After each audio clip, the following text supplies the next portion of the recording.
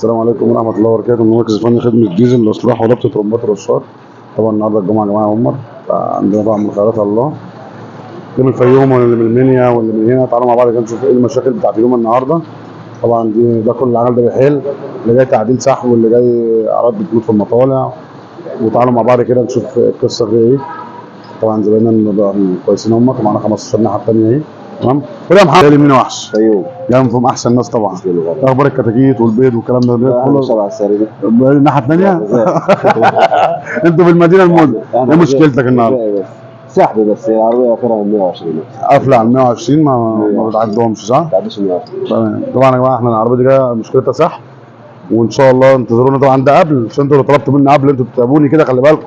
قبل وبعد دي بتتعبني، بتاخد مساحه مني جامد، بس فداكوا اي حاجه ان شاء الله. حبيب قلبي تعالى يا وحش. جاي منين؟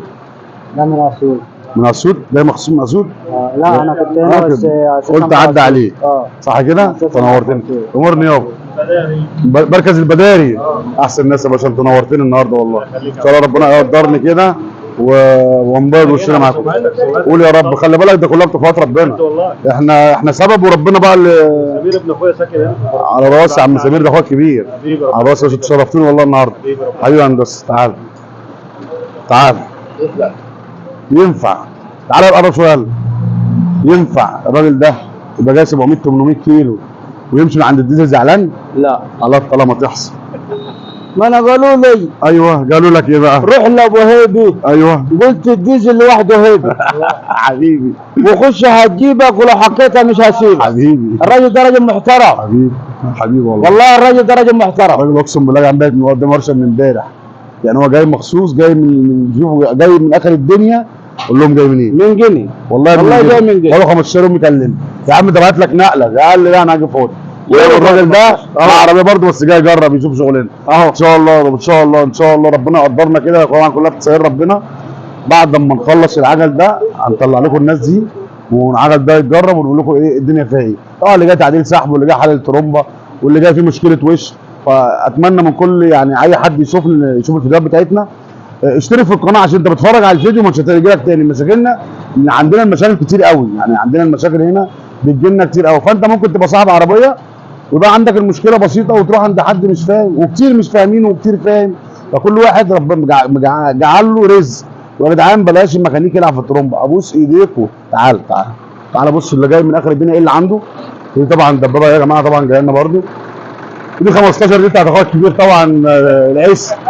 وش الخير وربنا، اقسم بالله دي وش الخير. اخويا بص اخر مره كنا بقى لنا قد ايه؟ 5 6 سنين كنا مركبين طقم فواني. الله اكبر. تعالوا باب تاني والله اكبر. ولا لكم على حرام من انت استراحه. امسك الخشب امسك الخشب. بصوا يا جماعه العربيه جايه من جنيه اهي. طبعا زي ما انتم شايفين اهو حللت ترومبه ورشاش. بص بقى اللي عنده، عشان انا دايما بقول بلاش الميكانيكي يلعب لك في حاجه. بلاش الميكانيكي يلعب لك في حاجه. تعالى كده. تعالى يا اسطى افسك البص يا عبد كده واحد. بطل هندسه حضرتك بعد اذنك. بصوا يا جماعه النهارده ما تزعلوش مني. انا بتكلم في اللي انا هتكلم فيه ده مهم جدا قوي، عشان كل صاحب عربيه انا مالكوش دعوه بيا. انا النهارده الميكانيكيه كلها على دماغي واخواتي الكبار وكل حاجه، بس النهارده انا لو قلت لي حل غلط تكات ما بحلوش. انا راجل تخصصي ترومبه ورشاشات، وعندي الجهاز وعندي العده بتاع الترومبه والرشاشات. النهارده انت بتروح للميكانيكي يوم عامل ايه؟ طبعا ايه شافني بقى وشاف غيري واهم حاجه العربيه تطلع تجري. لا مش اهم حاجه العربيه تطلع تجري، لان انت ممكن تسيحها، وعجل كتير ساح بسبب الموضوع ده. طبعا تعالى كده قرب يا ابني. بصوا يا جماعه والكلام ده انا اتكلمت وقلت كتير، بس الناس برضه ما بتقتنعش. انتوا تحطوا الورد. قرب كده ارفع كده الجوز. انتوا تحطوا الورد وديزل مصر يشيل الورد. يا تموتوني يا اموتكم النهارده. ادي واحد. قرب يا ابني. ادي اتنين.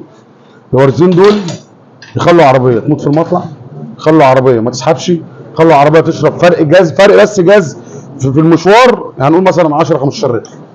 كميه الجاز اللي نازله يا جدعان على البيست انت مش هتحسها دلوقتي، هتحسها لما تيجي تحل. حليت لقيت عربيتك مسلخه، ده بيبقى كتر جاز على البيست. من هنا النهارده لما انا بحط الورد دي بتخلي العربيه بتفتح لها جاز كانك فاتح من المسمار ال 14.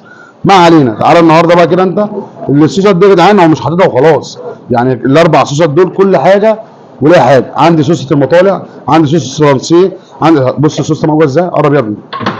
عندي صوصه السرعه، دي بتاعت السرعه، بص معوجه ازاي. اصبح النهارده اللي انت بتكتف العربيه اللي ده ميزان يا جدعان اهو، مجموعه الميزان دي بتبقى راكبه كده اهو. اصبح انت لما بتحط الورد هنا ده ما بيفتحش، ده المفروض يا جدعان بيجي عند المطلع بينفتح. ساعة ما بيفتح انت العربيه تقوم قابله، ساعة ما العربيه تحط تعرف ان انت عندك مشكله. فانا نصحتكم كتير واللهم فشل اللهم بلغت، وانتوا حرين. انت اللي بتضر نفسك كصاحب عربيه، وفي ايدك تضر نفسك وفي ايدك تجني نفسك. كل واحد ربنا جعله تخصص. صح يا جدعان ولا بتكلم غلط؟ اي حد في الناس دي يلف كده يا محمد. الكلام اللي احنا الناس دي كلها جايه لي من اخر الدنيا ليه؟ عشان عارفه ان احنا تخصص ترومبا ورصاصات. فانت النهارده كصاحب عربيه عندك مشكله ترومبا، روح بتاعت مش شرط تجيلي، في احسن مني. انا اقل واحد ممكن تتخيله. عندك مشكله في ترومبا روح بتاع الترومبات، عندك مشكله في الفتيس روح بتاع الفتيسات، عندك مش ان احنا النهارده هنجري. الميكانيكي طبعا عارف، انا النهارده عارف لو المسمار ده ربطت عليه نص لفه عارف هديك جاز في المكنه، لو قفلت عليه نص لفه عارف هيعمل معاك في العربيه. ليه؟ عشان عندي جهاز لما بربط. او تعالى كده يا ابني،